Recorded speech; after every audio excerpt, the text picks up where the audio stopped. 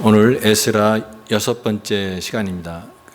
한 장씩 이렇게 하기 때문에 6장 6번째 에스라 말씀입니다. 인생 뭐 있어, 이런 말이 있습니다. 인생 뭐 있어. 찾아보니까 노래 제목에도 그런 게 있더라고요. 인생 뭐 있어, 그냥 가는 거야. 이런 가사입니다. 사람들이 인생 뭐 있어 이렇게 말을 할 때, 그 말을 제가 처음 들었을 때 느꼈던 마음은 마치 인생을 포기한 사람의 넋두리 같이 들렸습니다.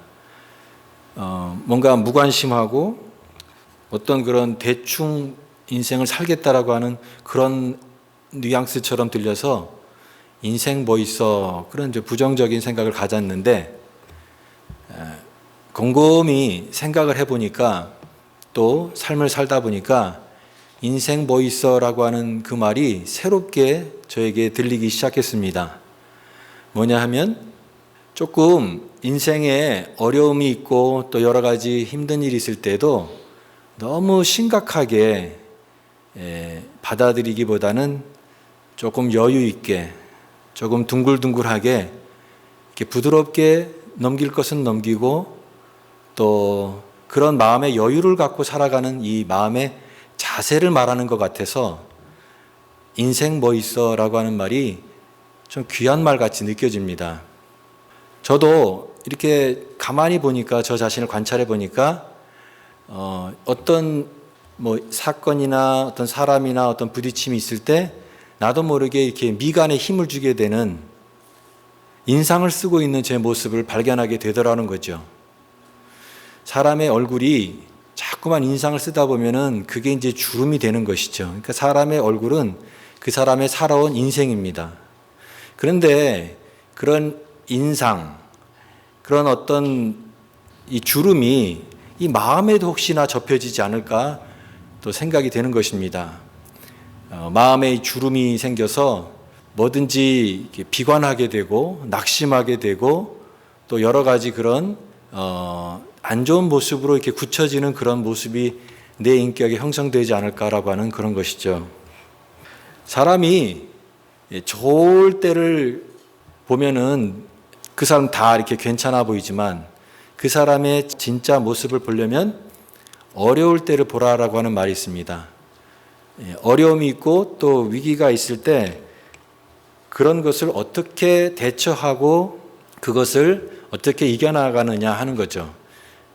다 다양한 방법으로 그 대처하는 방법이 있을 것인데, 어떤 사람은 예를 들면 자기가 불편한 부분이 생기면 화를 내는 사람이 있죠. 화를, 짜증을 내는 사람이 있죠.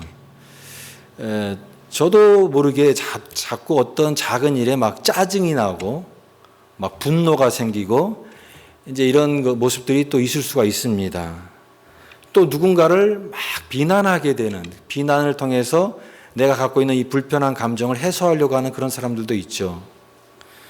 또 어떤 경우는 좌절하는 겁니다. 좌절. 또 낙심하는 거죠. 마치 다 끝난 것처럼 이렇게 마음을 이렇게 좌절하고 낙심하고 절망하는 그런 것으로 이 상황을 이렇게 받아들이는 그런 사람들도 있습니다. 그런데 그런 사람들 중에서도 내가 좋을 때보다도 어려운 일이 있을 때 그것을 잘 대처하는 사람이 있겠죠. 우리 믿음의 사람은 그래야 된다고 생각이 됩니다. 좋을 때보다도 어렵고 힘든 일이 있을 때 하나님 주신 지혜를 가지고 마음에 좀 평강과 그런 여유를 가지고 그 상황을 잘 대처하는 그런 사람이 되고 싶습니다. 그런 사람이 참 이 믿음에 성숙한 사람이 아닐까 생각이 됩니다. 저와 여러분이 그런 사람이 되기를 바랍니다. 생각대로 일이 잘 되지 않을 때 낙심하는 사람들은 많지만, 생각대로 일이 되지 않을 때도 믿음의 사람은 이 상황 속에서 절대 절망하지 말아야 된다라고 하는 것입니다. 오늘 우리가 에스라 6장까지 왔는데, 전에도 살펴본 내용처럼 이제 고레스 왕의 조서를 통해서 그 먼 곳에서 이제 포로들이 귀환해서 성전을 재건하기 위해서 그들이 와서 이제 그런 벅찬 꿈을 안고 비전을 안고 왔지만 그들 앞에 있는 기다리고 있는 현실은 만만치 않았다라고 하는 것입니다. 여러 가지 어려운 상황들이 있었고 반대자들이 그런 방해가 부딪히게 되었던 것이죠. 이 16년 동안 그래서 성전 건축이 중단되었습니다. 하나님의 말씀에 의해서 하나님께서 하신 일들을 믿으면서 그들이 이렇게 왔는데 막상 왔는데 일이 진행이 안 되고 좌절과 반대가 부딪히니까 얼마나 또 큰 낙심이 되겠습니까? 16년이라고 하는 시간은 그냥 16년이구나라고 하는 것이 아니라 그 16년이 또 얼마나 긴 시간이겠습니까? 많이 실망하고 또 거기에서 여러 가지 안 좋은 모습들도 서로의 책임을 미루면서 그런 일들도 있었겠지요. 사마리아인들의 일단 방해가 있었는데 또 여기 5장에도 나오고 또 6장에도 나오는 이 다뜨네라고 하는 사람이 있습니다. 6장 6절에 이에 유브라데 강 건너편 총독 다뜨네와 스달보스네, 이 다뜨네는 유브라데 강 서편의 총독입니다. 이제 그 고레스 왕은 이제 정권이 바뀌어서 이제 다른 왕이 되었습니다. 그러니까 고레스가 만들었던 이 조서의 내용을 모르는 또 다른 새로운 관리들은 니네들이 왜 이것을 하느냐라고 이제 그들이 이제 시비를 한 것이죠. 다뜨네는 누구 명으로 이렇게 하느냐? 너희들이 지금 성전 건축을 다시 시작하는데 누구 명으로 하느냐? 너희 불법으로 하는 것 아니냐라고 이렇게 그들에게 질문을 하고 있는 것입니다. 우리가 여러 사람들 상대하지만 또 힘든 사람 중에 하나는 깐깐한 사람이죠. 꼬치꼬치 따지고 물고 늘어지는 그런 사람에게 참 이게 대항하는 것이 쉽지 않은데 다뜨네라고 하는 이름의 이미지가 왠지 깐깐한 사람, 호락호락하지 않은 사람으로 이렇게 느껴집니다. 이런 사람들이 계속 반대하고 또 이렇게 일이 진행되는 것 같은데 또 다른 사람이 나타나서 불법이냐 합법이냐라고 문제를 제기하니까 너무나 마음이 힘들었을 것입니다. 그렇죠. 우리가 인생을 살다 보면 인생이 만만치가 않습니다. 모두 다 내 편일 수는 없습니다. 인생이라고 하는 운동장에는 우리 편도 있지만 내 편도 있지만 또 태클을 거는 그런 상대편도 있다라고 하는 것입니다. 왜 이렇게 내 인생에 태클이 많아? 왜 이렇게 나한테 힘들게 하는 사람들이 많을까? 우리는 때로는 하나님께 원망도 하기도 하고 때로는 왜 이렇게 내 인생에 이렇게 힘든 일이 많아? 라고 때로는 하나님 앞에 기도하기도 하는데 가만히 생각해 보면은 인생이라고 하는 운동장에는 태클이 없을 수는 없다라고 하는 것입니다. 모두 다 내 편만은 아니라고 하는 것이에요. 그래서 우리가 이렇게 인생을 살아가는데 어려움도 있고 시련도 있고 또 다른 사람들과의 부대낌도 있고 이런 것 같습니다. 자, 그럴 때 이런 일들이 계속 쌓이게 됐을 때 뭔가 당장 이루어질 것 같이 느껴지던 성전 공사도 자꾸만 미뤄지니까 얼마나 그들이 낙심이 찾아왔겠습니까? 그들도 분명히 낙심하는 그런 상황이 됐을 것입니다. 우리가 침체, 번아웃이 찾아오는 것이죠. 번아웃. 그 번아웃이라고 하는 것, 이 낙심이 찾아올 때 우리의 영과 또 몸이 황폐화되는 것이 바로 이 낙심이라고 하는 것입니다. 몸도 마음도 황폐화되었을 때 우리의 마음이 쭉 가라앉는 그런 상태가 되는 것입니다. 우리가 7월 달 이제 우리 목장 교제의 그 주제가 영적 침체예요. 이 영적 침체라고 하는 것은 우리 신앙의 과정에 또 있는 부분입니다. 우리가 항상 위로만 올라가는 게 아니라 때로는 이게 영적 침체기에서 이렇게 밑으로 떨어지는 것 같은 그런 때가 오게 된다라고 하는 것이죠. 그럴 때 여러 가지 모습이 있어요. 어떤 사람은 동굴에 들어가는 사람이 있습니다. 동굴에 들어가는 사람은 100m 지하를 파고 그 밑에 깊숙이 들어가는 거예요. 그냥 이 번거롭고 힘든 상황을 회피하기 위해서 그냥 땅굴로 100m 안쪽으로 들어가는 사람이 되는 것이죠. 그럴 때 정말 어떠한 위로의 말도 들리지 않고 어떠한 하나님의 약속의 말씀도 내게 한마디에 그런 위로가 되지 않는 그런 영적 침체기를 겪고 있는 그리스도인들도 상당히 많습니다. 영혼의 밤이에요. 영혼의 밤. 영혼의 밤이 길어지면 우리의 영혼이 정말 이렇게 밑으로 가라앉는 그런 경우를 겪게 된다라고 하는 것입니다. 그런데 이 에스라서를 배우면서 우리가 참 위안을 받는 것은 혼자가 아니라고 하는 것입니다. 에스라는 공동체의 이야기예요. 한 사람이 아니라 포로 귀환에서 돌아온 공동체, 특별히 예루살렘 성전을 같이 재건하자라고 하는 그 마음, 한 마음을 가지고 온 공동체의 이야기입니다. 그러니까 혼자로는 감당할 수 없는 이런 번아웃, 영적 침체가 왔을 때 그때 내 주변에 어떤 사람이 있느냐가 참 중요합니다. 그런 사람, 같이 붙들어주는 사람, 같이 위로를 나눌 수 있는 사람이 옆에 있는 것만으로도 우리가 이런 어려운 영적 침체의 길을 이겨나갈 수 있는 그런 것이 되는 것이죠. 그런데 한 가지 여기서 조심해야 될 게 있습니다. 공동체에서 누군가에게 힘든 사람에게 조언을 해줄 때 그 조언이 조심할 필요가 있습니다. 어떤 사람은 가르치려고 하는 병이 있어요. 누군가 어떤 사람에게 자꾸만 내가 갖고 있는 그런 경험과 지식을 한 수 내가 가르쳐 주겠다라고 하는 그런 마음이 계속 불타있는 사람이 있습니다.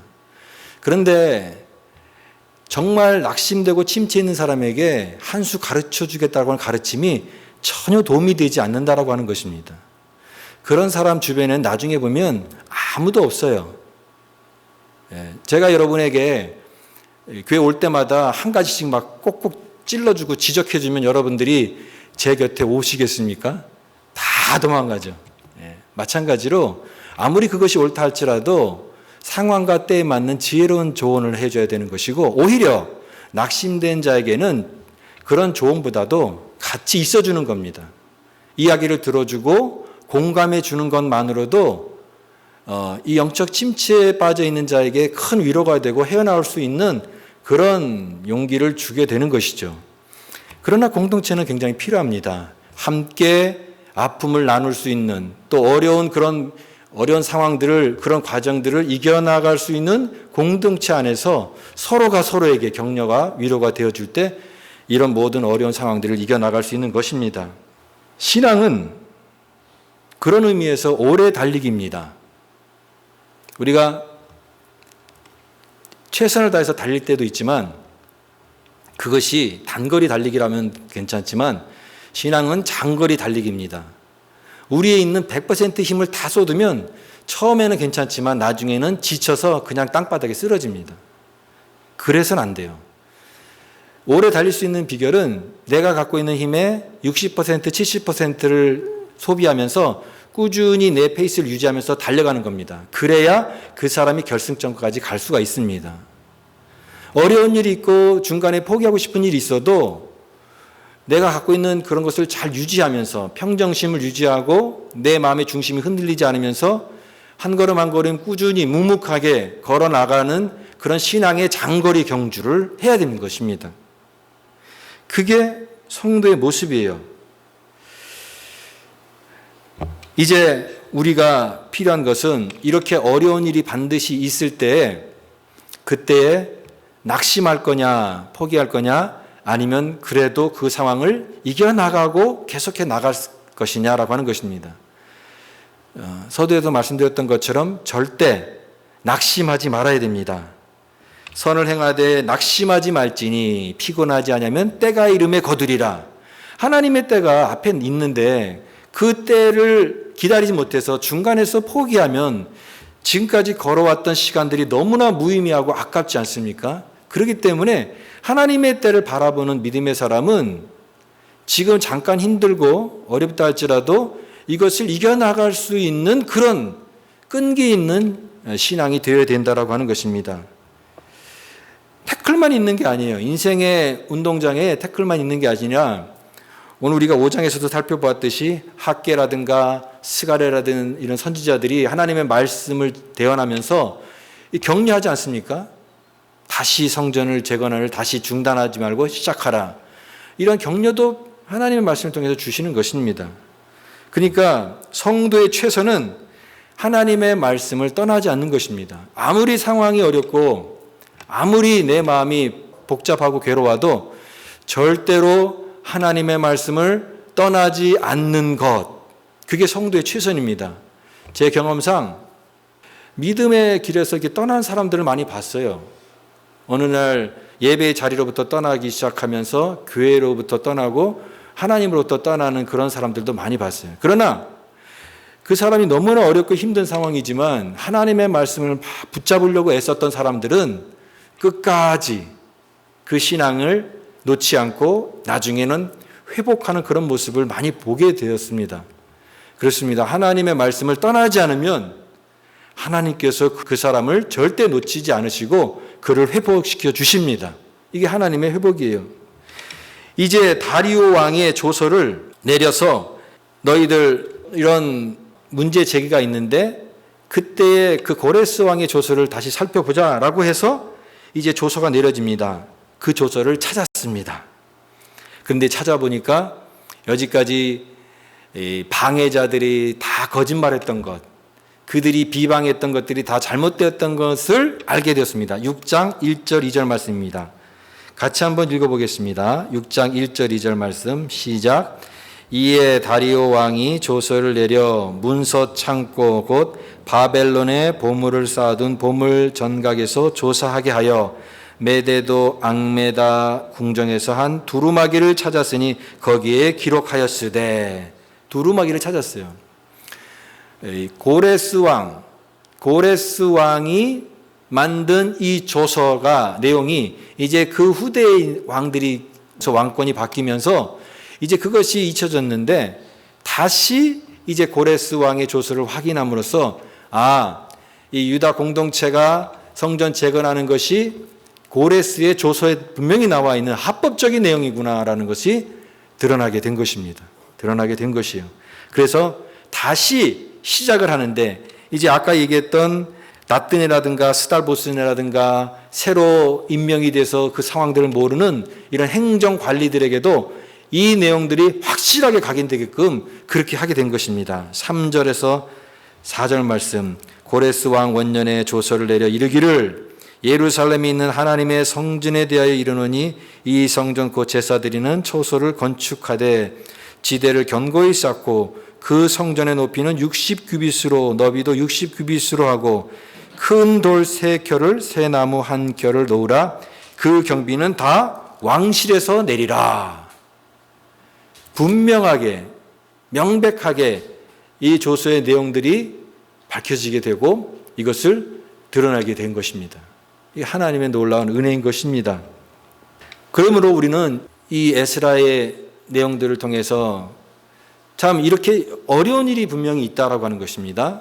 중간에 정말 포기하고 싶은 그런 낙심되는 일이 있는데도 불구하고 그런데 하나님께서 하시는 일들은 반드시 끝맺음을 할 수 있게끔 하나님께서 도와주신다라고 하는 이런 귀한 교훈과 메시지를 얻게 되는 것입니다. 오늘 우리 성도들의 삶에도 마찬가지예요. 잘 풀리지 않고 때로는 굉장히 힘든 상황들, 낙심되는 그런 상황들이 있을 때 우리 하나님의 백성들은 더욱더 하나님 의지하게 될 때 하나님이 도와주시는 그런 반드시 숨겨진 은혜가 있습니다. 하나님 붙드는 성도에게는 시련은 있어도 실패는 없다라고 믿습니다. 시련은 있지만 실패는 없다. 반드시 하나님께서 도와주시고 그 일을 끝내게 하시는 하나님의 도움이 있다. 그래서 저는 무조건 모든 게 다 잘 될 거야. 이렇게 가도 잘 되고 저렇게 될 그런 어떤 무턱대고 하는 그런 낙관주의는 아니지만 그리스도인들은 항상 긍정적인 생각을 갖는 사람이 되어야 된다고 믿습니다. 여러분, 신앙은 긍정적인 말을 하는 사람이에요. 저는 그래서 우리의 나중은 다 잘 될 거라고 믿습니다. 저뿐만 아니라 우리 모든 성도들의 마지막 인생은 다 잘 될 거라고 믿습니다. 이럴 때는 아멘 해야죠. 예. 아유, 나는 안 될 거야. 당신은 잘 안 될 거야. 그렇게 삐딱하게 생각하지 마세요. 부정적인 말을 하지 마세요. 긍정적으로. 우리가 힘든 세상에 위로의 말, 긍정적인 말을 해도 될까 말까인데 남에게 아유, 너는 안 될 거야. 내 인생 뭐가 있어? 뭐 잘 안 될 거야. 이 부정적인 말을 해서 자꾸만 더 상황을 힘들게 하는 그런 것이 신앙이 아니라 긍정적인 말, 위로해 줄 수 있는 말, 세워줄 수 있는 말, 그런 말을 해야 되는 거예요. 다 잘 될 것입니다. 우리에게 더 좋은 날은 아직 오지 않았다. 이렇게 믿습니다. 그러면 그 마지막이 좋을 것이라고 믿는다면, 그렇게 분명히 믿는다면 지금 내가 아무리 힘들어도 견딜 수가 있어요. 왜? 그 좋은 상황으로 가기 위한 오늘의 삶이 어떤 의미에서 과정이고 또 어떤 의미에서는 훈련이고 또 어떤 의미에서는 경험도 될 수 있는 것이니까 지금 힘들다고 해서 좌절하지 않는 것이죠. 왜? 마지막이 잘 될 것이니까. 하나님 안에 있는 이 인생에 참 복된 그런 은혜가 있으니까 오늘 내가 너무 힘들다고 좌절하지 않는 겁니다. 오히려 하나님께서 이걸 통해서 나에게 뭐를 가르쳐 주시는가, 어떤 과정을 통해서 나를 성숙한 사람으로 만드시는가, 오히려 그런 쪽에서 하나님과의 관계의 측면에 내가 초점을 맞추지 그런 상황을 바라보고 낙심하거나 절망하거나 다른 사람들을 비난하는 그런 사람이 되지 않는다라고 하는 것입니다. 오늘 그러므로 이들은 낙심하지 않았습니다. 하나님의 말씀을 붙잡고 용기를 냈습니다. 과정이 어려웠어요, 물론. 그렇지만 이제 이런 과정이 어려운 만큼 하나님의 은혜도 그들에게 왔었다라고 하는 것입니다. 조사 결과가 나왔습니다. 조사 결과가 나오니까 이 고레스 원년에 조서를 내렸던 그 내용이 다 드러나게 됐습니다. 귀환해서 성전을 건축하라는 그런 내용이었던 것이죠. 이제 그것이 합법적인 일이라는 것이 밝혀지게 되었고, 이제 고레스 다음에 있는 왕인 다리오 왕이 이제 명령을 내립니다. 너희들은 이제 협력하여서 빨리 완공하라고 하는 강력한 조서를 내립니다. 그런데 이 강력한 조서를 내리면서 몇 가지 추가를 하는 내용이 오늘 본문의 내용입니다. 5절 말씀에 또 느부갓네살이 예루살렘 성전에서 탈취하여 바벨론으로 옮겼던 하나님의 성전의 금은 그릇을 돌려보내라 그랬습니다. 예루살렘에서 빼앗은 그 성전의 그 금은 그릇들 다 다시 돌려보내라. 본처에 두라. 그런 명령을 내린 거죠. 또 8절 말씀에 세금 중에 그 경비를 그 사람들에게 끊임없이 주어서 멈추지 않게 하라. 필요한 경비 다 대주라고 하는 그런 명령입니다. 얼마나 크게 바뀐 겁니까? 또 9절 말씀에 번제에 숫송아지, 숫양, 어린 양, 또 밀과 소금과 포도주와 기름을 예루살렘 제사장의 요구대로 어김없이 날마다 주라. 한 번만 주라고요? 날마다 주라 그랬습니다. 제사에 필요한 것들 다 날마다 주라. 그리고 11절 말씀에 내가 이 명령을 내리노니 누구를 막론하고 이 명령을 변조하면 그 집에 들보를 빼내어 그를 그 위에 메어 달게 하고 그 집은 이로 말미암아 거름더미가 되게 하라. 무슨 말입니까? 이제 앞으로 방해하는 사람들은 큰 벌을 받게 될 것이다. 절대 여기에 대해서 시비를 걸거나 방해하는 자는 엄벌을 처할 것이니까 그렇게 방해하는 자는 이렇게 무서운 것이 있으니까 하지 말라라고 하는 명령을 딱 내린 겁니다. 그러니까 이게 얼마나 놀라운 변화입니까? 우리가 이럴 때 이런 전화위복이라는 말을 쓰는 거죠. 전화위복. 화가 변하여 복이 되는 것 아니겠습니까? 너무나 상황이 변화된 거예요. 하나님께서 이런 일을 하시는 것입니다. 여러분, 여기서 우리가 묵상해야 될 포인트는 하나님은 능히 후하게 주시는 분이라고 하는 것입니다. 하나님은 째째한 하나님이 아니라 후히 주신 하나님이세요. 그래서 야고보서에서 하나님께 너희들 기도할 때 능히 후히 주시고 꾸짖지 아니하시는 하나님께 구하라고 그랬습니다. 하나님이 우리의 삶 가운데 필요한 것 왜 안 주시겠습니까?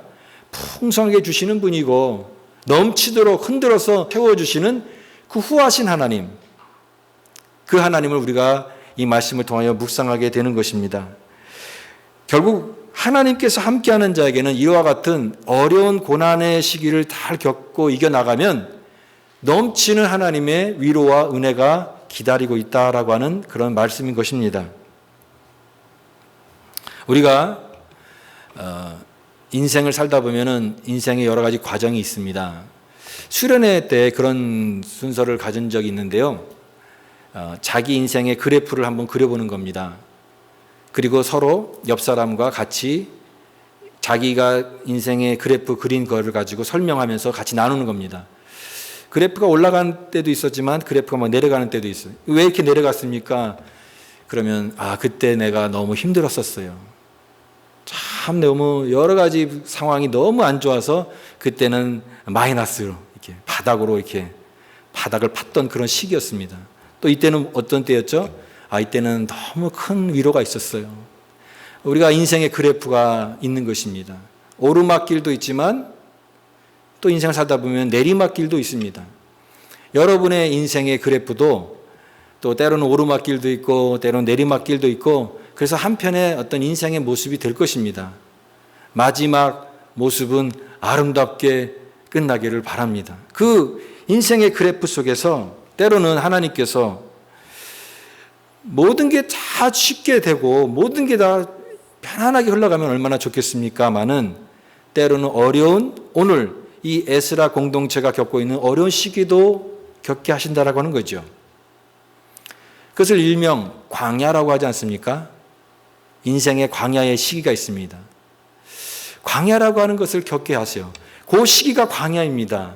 그런데 저는 우리 성도님들이 광야의 시기가 없이 좀 편안하게 행복하게 참 기쁘게 그렇게 살기를 원합니다. 그러나 또 저는 더 강력하게 기도합니다. 설령 인생의 과정 속에 광야가 있다 할지라도 절대 낙심하지 않고 그 광야의 시기를 통하여서 더욱더 귀한 믿음의 사람이 되기를 저는 더 강력히 기도합니다.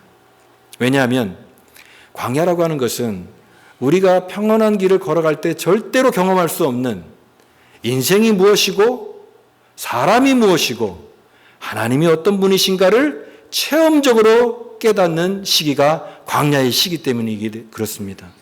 우리는 그 광야를 하나님 내 광야를 더 힘들게 해주세요. 광야 아주 더 고통스럽게 해주세요. 우리가 그렇게 기도할 필요는 없어요. 광야는 그렇게 기도하지 않아도 어차피 힘듭니다. 그러나 그 과정을 통해서 우리는 더욱더 단단한 믿음의 사람이 되어가는 것입니다. 그곳에서 만난 하나님은 내가 그냥 성경 말씀 지식적으로 하는 하나님이 아니라 내가 경험적으로 고백하고 내 인격과 인격으로 만난 그 하나님, 살아계신 하나님을 그때 광야에서 만나게 되는 많은 사람들의 신앙의 고백이 얼마나 많은지 몰라요. 우리가 한 차원 더 높은 그런 믿음의 단계로 레벨업하는 그런 광야의 시기, 그렇게 하나님을 만날 수 있는 저와 여러분 되기를 바랍니다. 오늘 저는 이 에스라 6장을 통해서 제 개인적으로 또 여러분들과 같이 나누고 싶었던 것은 하나님의 위로였습니다. 하나님의 위로. 하나님이 참 어려운 과정을 겪게 하시기도 하는구나. 그런데 그것 때문에 절대 좌절해서는 안 되는구나. 낙심해서도 안 되는구나. 포기해서도 안 되는구나. 내 주변 사람에게 화를 내거나 짜증을 내거나 그렇게 부정적인 것을 쓰레기 같은 감정을 투척할 필요는 없구나. 그저 나에게 주어진 일들을 묵묵히 한 걸음 한 걸음 걸어가야 되겠구나. 그러면 반드시 하나님께서 주시는 위로가 있을 것이다. 오늘 그래서 설교 말씀 제목이 어려운 과정은 은혜도 갑절이다. 은혜도 갑절이다. 우리 성도의 인생의 길이에요. 인생의 길은 길을 다 지나가 보면 나중에 이제 회생하게 될 때 어떤 게 보일까요? 고생한 발자국도 보일 것입니다. 그때 힘들었던 모습들 다 하나하나 생각날 것입니다. 또 사람들에게 받은 상처도 기억날 거예요. 그때 저 사람이 나한테 이런 말 했지, 그런 게 10년 전에 들었던 말도 또 생생하게 생각나잖아요. 그런데 그런 것만 생각나는 게 아니라 더 생각나는 게 뭐냐면 하나님의 은혜입니다. 우리 그리스도인들에게 인생을 뒤돌아볼 때 보이는 것은 내가 고생했던 이야기가 보이는 게 아니라 걸어온 걸음걸음마다 힘든 과정마다 함께 하신 하나님의 은혜였습니다. 내가 여기까지 온 것도 하나님의 은혜고 앞으로도 하나님의 은혜로 걸어가게 될 것입니다. 그래서 어려운 과정을 통과하면 은혜도 갑절이다. 우리 앞에는 하나님의 은혜가 더욱더 크게 기다리고 있는 줄 믿습니다. 우리의 가장 좋은 날은 아직 오지 않았다. 그런 말로 서로 위로하고 우리 교회가 이 에스라 공동체처럼 서로 위로할 수 있는 공동체, 함께 어려울 때 마음을 나눌 수 있는 공동체, 또 하나님이 주신 그런 비전을 바라보고 작은 일에 실망하지 않고 부정적인 말을 하지 않고 긍정적인 말을 하면서 함께 하나하나씩 믿음으로 나아가는, 그래서 하나님의 기쁨이 되고 큰 위로를 받는 그런 살아 역사하는 하나님을 체험하는 교회와 성도의 신앙이 될 수 있기를 간절히 바랍니다. 오늘 이 은혜가 저와 여러분에게 있기를 간절히 바랍니다.